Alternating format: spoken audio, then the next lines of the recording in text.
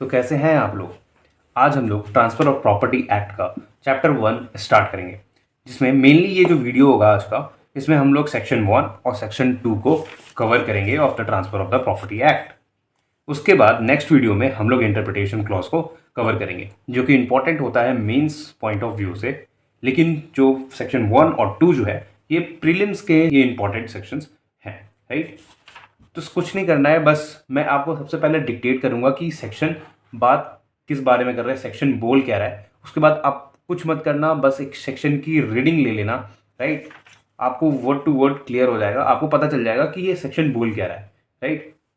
चलिए स्टार्ट करते हैं। सेक्शन 1 जो है ना, जैसे मैंने लिख के भी रखा हुआ है, section 1 of transfer of property act, ये बात करता है शॉर्ट टाइटल के बारे में, कमेंसमेंट के बारे में एंड एक्सटेंट के बारे में, राइट। एक्सटेंट के यहाँ पे मतलब दो पार्ट्स में हम लोग बांटते हैं एक्सटेंट को, राइट, जो हम लोग आगे देखेंगे।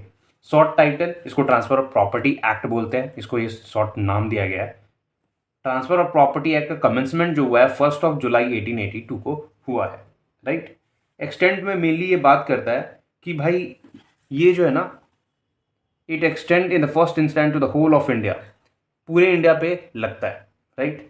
एक्सेप्ट दो कंडीशन यहाँ पे हैं, the territories which immediately before the 1 नवंबर 1956, इस ये पर्टिकुलर डेट से पहले, इमीडिएटली पहले जो भी स्टेट्स थे, राइट, जो पार्ट बी में फॉल करते थे, या फिर स्टेट जैसे बॉम्बे, पंजाब एंड दिल्ली हो गए, इन पे अप्लाई नहीं करता, राइट। यही इसका एक्सेप्शन बोलता है। Even though Bombay, Punjab and Delhi में, दिल्ली एंड बॉम्बे अब ट्रांसफर प्रॉपर्टी एक्ट को इन्फोर्स करवा चुके हैं अपने अपने स्टेट्स में, पंजाब ने अभी तक नहीं करवाया है। पर ये दोनों कैसे करवा लिए अपने आप में, मतलब transfer of property act in states में कैसे इन्फोर्स हो गया, इसका आंसर आपको मिल जाएगा ये जो नीचे वाला पैराग्राफ दिया है इससे। क्या?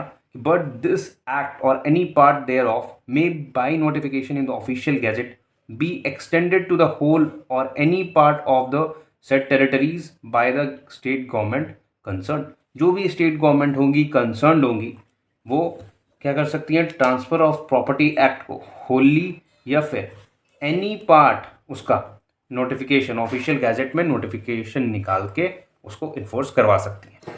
यही बोलता है फर्स्ट पैराग्राफ। जब हम लोग सेकेंड पैरा का बात करते हैं ऑफ सेक्शन 1, तो ये बात करता है कि कोई भी स्टेट हो, राइट। सेकेंड पैराग्राफ बोलता है कि कोई भी स्टेट गवर्नमेंट अगर चाहती है कि सेक्शन 54 पैरा 2 3, ठीक है, 2 या 3, या फिर सेक्शन 59, या फिर सेक्शन 107, या फिर सेक्शन 123 विल नॉट अप्लाई, ठीक है, अप्लाई नहीं करे, अप्लाई नहीं करे, तो वो ऑफिशियल गैजेट में नोटिफिकेशन निकाल के ऐसा कर सकती है। इन सेक्शंस के एप्लीकेबिलिटी पर क्या कर सकती है, रोक लगा सकती है, ठीक है, रोक सकती है इन सेक्शंस के एप्लीकेबिलिटी को। पर यहाँ पे स्पेसिफिकली बॉम्बे, पंजाब या फिर दिल्ली की बात नहीं किया जा रहा है, यहाँ पे स्टेट बोला है, ठीक है, सॉरी एनी स्टेट बोला है, राइट। कोई भी स्टेट ऐसा कर सकती है। अब इन 54 का पैरा 2-3 रजिस्ट्रेशन ऑफ सेल का बात करता है, ठीक है। यहाँ पे इंपॉर्टेंट है, सारा जो है रजिस्ट्रेशन का ही बात कर रहे हैं आपका, ठीक है। Registration of sale, 59 registration of mortgage, 107 registration of lease, ठीक है। और ये 123 सेक्शन 123 जो है, ये रजिस्ट्रेशन ऑफ गिफ्ट के बारे में बात करता है। Any state government may, from time to time, by notification in the official gazette, exempt, ठीक है, ये जो मैंने लिखा, will not apply, right, exempt either retrospectively or prospectively any part of the territories administered by such state government from all or any of the following provisions, namely section 54 paragraph 2 and 3, section 59, 107 and 123, right. यही चीज बोलता है। Retrospective और prospective का क्या मतलब है, right. तो रेट्रोस्पेक्टिव होता है, मान लीजिए कोई डेट है, यही डेट ले लेते हैं इसका, 1 जुलाई है ना, 1 जुलाई 1882 से अप्लाई इन्फोर्समेंट हुआ, कमेंसमेंट हुआ टीपीए का। तो इस पर्टिकुलर डेट को अगर मानते हैं, अगर इसके बाद का अगर टीपीए अप्लाई होता है, बाद में अगर टीपीए अप्लाई होता है तो वो प्रोस्पेक्टिव होता है, प्रोस्पेक्टिव बोलते हैं, जो कि आगे आने वाली डेट से अप्लाई करेगा। और रेट्रोस्पेक्टिव होता है जो बैक डेट से भी अप्लाई होने लगता है, राइट। तो ये दोनों नेचर फॉलो किया जाएगा, राइट। अब हम लोग देखते हैं कि पैरा 3 क्या बोलता है ऑफ सेक्शन 1, सॉरी सेक्शन 1 का पैरा 3, ठीक है। ये मोस्टली बात करता है ना कि state in which registration is, मतलब रजिस्ट्रेशन एक्ट, वैसे स्टेट जिसमें रजिस्ट्रेशन एक्ट जो है, रजिस्ट्रेशन एक्ट अप्लाई ही नहीं करता है, मान लीजिए वहाँ है ही नहीं एप्लीकेबल, देन ये जो प्रोविज़न हम बात कर रहे हैं ना कि स्टेट गवर्नमेंट उन सब को क्या ऑफिशियल गैजेट में नोटिफाई करके, ठीक है, नोटिफाई करके इन्फोर्स करा सकती है, वो अप्लाई ही नहीं करेगा, ठीक है, वो चीज़ अप्लाई ही नहीं करेगा। सिंपली ये बोलता है कि state in which registration act is not applicable then these provision will not apply. These provisions मतलब दीज प्रोविजंस, ठीक है, ये जो एक्सटेंट वाली बात है ना, ये these provision will not apply, यहाँ पे ये सेक्शन स्टेट को पावर नहीं देगा फिर कि वो अप्लाई कर पाए इन सेक्शन, जो सेक्शंस की हमने बात की 54, 59, 107, 123 के रिस्पेक्ट में कोई भी चेंजेस करके या एप्लीकेबिलिटी में ऊपर लॉ बना सके, रूल बना सके। अच्छा, एक क्वेश्चन आएगा कि रजिस्ट्रेशन एक्ट नहीं है तो फिर रजिस्ट्रेशन कैसे होगा प्रॉपर्टीज़ का, जो भी उन स्टेट्स की होंगी। तो जो भी स्टेट के अपने रूल्स होंगे, ठीक है, स्पेसिफिक लॉ बनाएगी स्टेट, वो उससे गवर्न किया जाएगा। आइए एक बार रीड कर लेते हैं।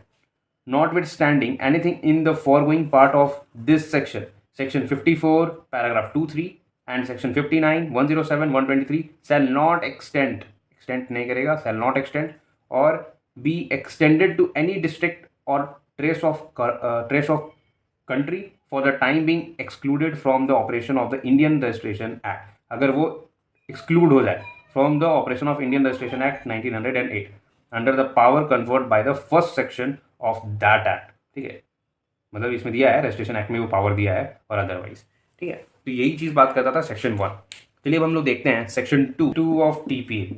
ये बात करता है, इसको हम लोग अच्छे से जानते हैं एज अ सेविंग क्लॉज आप बोल सकते हो, ठीक है, सेविंग क्लॉज बोल सकते हो, जो कि सर्टेन इनैक्टमेंट हो गए, इनैक्टमेंट हो गया, इंसिडेंट्स हो गए, राइट्स हो गए या लाइबिलिटी हो गया, इसके बारे में इन सबको मतलब सेव करता है ये section 2 of the transfer of property act. ये चीज़ हम लोग इसमें देखेंगे भी। Repeal of act saving of certain enactments, incidents, rights, liability etcetera in the territories to which this act extend for the time being the enactment specified in the schedule hereto annexed shall be, मतलब hereto annexed जो schedule में दिए गए हैं, आप इस TPA के पीछे में देखोगे ना शेड्यूल दिया हुआ है, उसमें दिया गया है कि कौन कौन से एक्ट को रिपील किया जा रहा है। रिपील का मतलब होता है कि खत्म किया जा रहा है, right. Repeal to the extent therein mention, वहाँ मेंशन है, but nothing here in content, पर जो यहाँ कंटेंट नहीं है, बेसिकली बोल रहा है कि जो यहाँ कंटेंट है इसको सेव किया जा रहा है, और जो रिपील में वहाँ रिपील कर दिया गया उसको तो रिपील ही कर दिया गया, या फिर कहीं नहीं लिखा है रिपील कर रहे हैं, वो सेविंग क्लॉज में आता है। बोलता है the provision of any enactment not here by expressly repealed, माने कोई भी इनैक्टमेंट हो जो एक्सप्रेसली रिपील नहीं किया गया, वो वैसे ही चलने दो, राइट, वो वैसे ही चलने दो। मान लीजिए इंडियन कॉन्ट्रैक्ट एक्ट आया, राइट, तो क्या वो शेड्यूल जो दिया हुआ है पीछे, वो इंडियन कॉन्ट्रैक्ट एक्ट को रिपील किया क्या? रिपील किया क्या? नहीं किया। जब रिपील नहीं किया तो इंडियन कॉन्ट्रैक्ट एक्ट क्या कर रहा है? वैसे ही चल रहा है अपना फ्लो में, ठीक है। तो ये वाला जो पार्ट है सेक्शन 2 का, ये जो पार्ट है वही बोलता है कि the provision of any enactment not here bye expressly repealed, expressly repeal नहीं है वो वैसे ही चलता रहेगा, राइट। 2 का बी वाला पार्ट जब आप देखोगे तो ये क्या बोल रहा है, एनी टर्म्स और इंसिडेंट्स ऑफ एनी कॉन्ट्रैक्ट और constitution of the property which are consistent with the provision of this act are allowed by the law for the time being in force।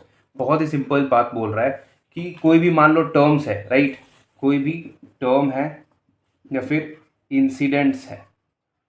Incidents हम लोग बोलते हैं जो भी right के बारे में या फिर कोई ऐसा कंडीशन दिया हुआ है, कॉन्ट्रैक्ट या फिर कॉन्स्टिट्यूशन ऑफ प्रॉपर्टी है जो कि कंसिस्टेंट है विद द टीपीए, जो कॉन्ट्राडिक्ट नहीं कर रहा है ट्रांसफर ऑफ प्रॉपर्टी एक्ट के साथ, नो कॉन्ट्राडिक्शन, ठीक है, नो कॉन्ट्राडिक्शन है टीपीए के साथ, ठीक है, वो कॉन्फ्लिक्ट नहीं कर रहा, कंसिस्टेंट है, साथ साथ चल रहा है, उसको भी अलाउ है, वो भी कंटिन्यू रहेगा, उसको भी कुछ चेंज नहीं करना, कुछ नहीं छेड़ना उसमें भी, यही बी बोलता है। इसमें एक वर्ड है जो थोड़ा कंफ्यूजिंग लगता है कि इसका मतलब क्या हुआ, that is constitution of property. तो ये जो वर्ड है ना, कॉन्स्टिट्यूशन ऑफ प्रॉपर्टी, इसका मतलब होता है कोई भी राइट जो रिलेटेड है to essential nature of property, जो मतलब एक इंपॉर्टेंट राइट है आपका प्रॉपर्टी से रिलेटेड, ठीक है। एक क्या हो गया, कॉन्स्टिट्यूशन ऑफ प्रॉपर्टी का मतलब एक एसेंशियल राइट, ठीक है, जो प्रॉपर्टी से रिलेटेड है, प्रॉपर्टी रिलेटेड, जो टीपीए उसके बारे में बात नहीं करता, राइट। जैसे एग्जाम्पल आप इसका देखोगे, एग्जाम्पल हो गया पार्टीशन, ठीक है, समझ, उसके बारे में बात नहीं करता, तो वो उसी के बारे में यहाँ पे लिखा है, राइट। अब हम लोग देखते हैं सी वाला पार्ट, सेक्शन 2C। इसमें भी बहुत इजीली बात लिखा है, कोई भी राइट के बारे में बोलता है, राइट हो गया, लाइबिलिटी हो गई, ठीक है, या फिर किसी तरह का रिलीफ हो गया जो क्रिएट हुआ है before commencement of this act. ये टीपीए के आने से पहले जो भी राइट थी, लाइबिलिटीज थी या फिर रिलीफ थी, ठीक है, अगर वो कॉन्ट्राडिक्ट नहीं कर रही है ट्रांसफर ऑफ प्रॉपर्टी एक्ट से, तो वो भी खत्म नहीं होगा, वो भी कंटिन्यू रहेगा, वो चलते रहेगा। ऐसा समझो कि सेल के रिस्पेक्ट में अब ना, अब जब से ट्रांसफर ऑफ प्रॉपर्टी एक्ट आया है, तो यहाँ पे सेल का रजिस्ट्रेशन जो है वो मैंडेटरी है जब आप 100 रुपये से ऊपर का कोई भी चीज़ परचेज करते हो या सेल करते हो, ठीक है। मान लो 110 रुपये का कुछ प्रॉपर्टी लिया था पहले, टीपीए के आने से पहले ये लिया था 110, तो क्या उसमें राइट एंड लाइबिलिटी नहीं क्रिएट हुआ क्या? उसमें भी तो हुआ था, तो ये खत्म हो जाएगा थोड़ी, ये नहीं खत्म होगा। यही बोलता है सेक्शन 2C की राइट एंड लाइबिलिटीज जो है arising out of the legal relation constituted belief this act come into force or any relief in respect of any such right or liability।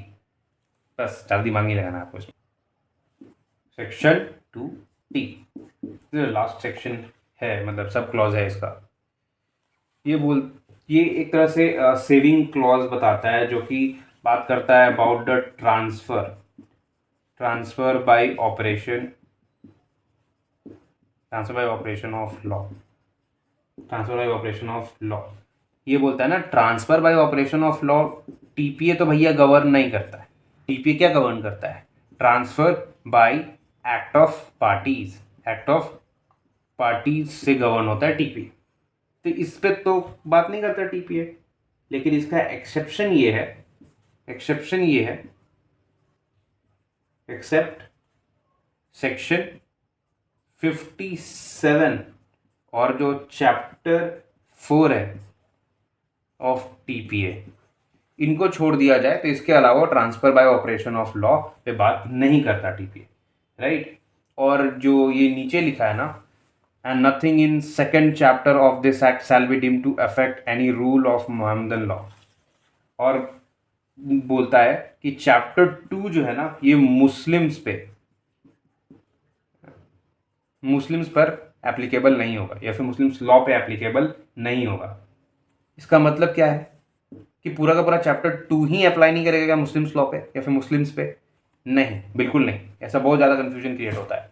इसका मतलब बस यही है कि चैप्टर 2 में जो भी लॉ, मतलब जो भी प्रोविजंस, ठीक है, जो भी प्रोविजन कॉन्ट्राडिक्टरी होंगे विथ मुस्लिम लॉ, ठीक है, मुस्लिम लॉ से, ठीक है, मुस्लिम का जो भी पर्सनल लॉ होगा, बस वही वाला पार्ट जो है अप्लाई नहीं करेगा, बाकी करेगा। पर चैप्टर 2 में जो भी प्रोविजन कॉन्ट्राडिक्टरी होगा विद द मुस्लिम लॉ, वो अप्लाई नहीं करेगा। राइट। और इसमें सबसे लास्ट में आपको एक बात बताता हूँ, जो क्या करती है, ठीक है, जो गवर्नमेंट ग्रांट्स होते हैं, ठीक है, गवर्नमेंट ग्रांट वो भी एक्सक्लूड होते हैं, ठीक है, वो भी एक्सक्लूडेड है under under TPA.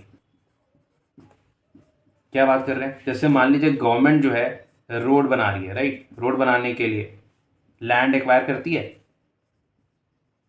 Land acquire करती है, उसके बदले कुछ कॉम्पनसेशन देती है, कुछ कंपनसेशन दे देती है, या फिर कहीं पे लैंड प्रोवाइड कर देती है ना। तो क्या वो टीपीए से गवर्न होगा क्या? नहीं, तो वो टीपीए से गवर्न नहीं होता है, राइट। गवर्नमेंट कॉम्पनसेशन देती है, लैंड या फिर डिफरेंट लैंड प्रोवाइड करती है, तो क्या टीपीए से गवर्न होगा? नहीं होगा, राइट। जैसे कि मान लो एग्जांपल हो गया कि प्रधानमंत्री आवास योजना, ठीक है, आवास योजना आया, तो क्या ये टीपीए से गवर्न होगा क्या? मतलब सबको घर प्रोवाइड कर रही है तो ये टीपीए से गवर्न होगा? नहीं, ये गवर्नमेंट ग्रांट्स होते हैं जो कि एक्सक्लूडेड हैं, टीपीए में गवर्न नहीं होते ये चीज, राइट। तो ये जो था, ये क्रक्स था आपका चैप्टर सेक्शन 2 का of the transfer of property act, जो कि इसमें पूछते हैं, इसमें से ट्री में क्वेश्चन जरूर पूछते हैं, क्योंकि saving clause is the important clause.